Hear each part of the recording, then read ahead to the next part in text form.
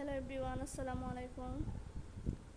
এখন আপনারা যেটা দেখতে পাচ্ছেন সেটা হচ্ছে একটি শার্ট, আর এই শার্টটি হচ্ছে সাই কালারের জিন্সের শার্টটি কিন্তু অনেক বেশি সুন্দর, আপনারা দেখতে পাচ্ছেন। আর এটা পরলে ছেলেদেরকে অনেক বেশি সুন্দর লাগবে।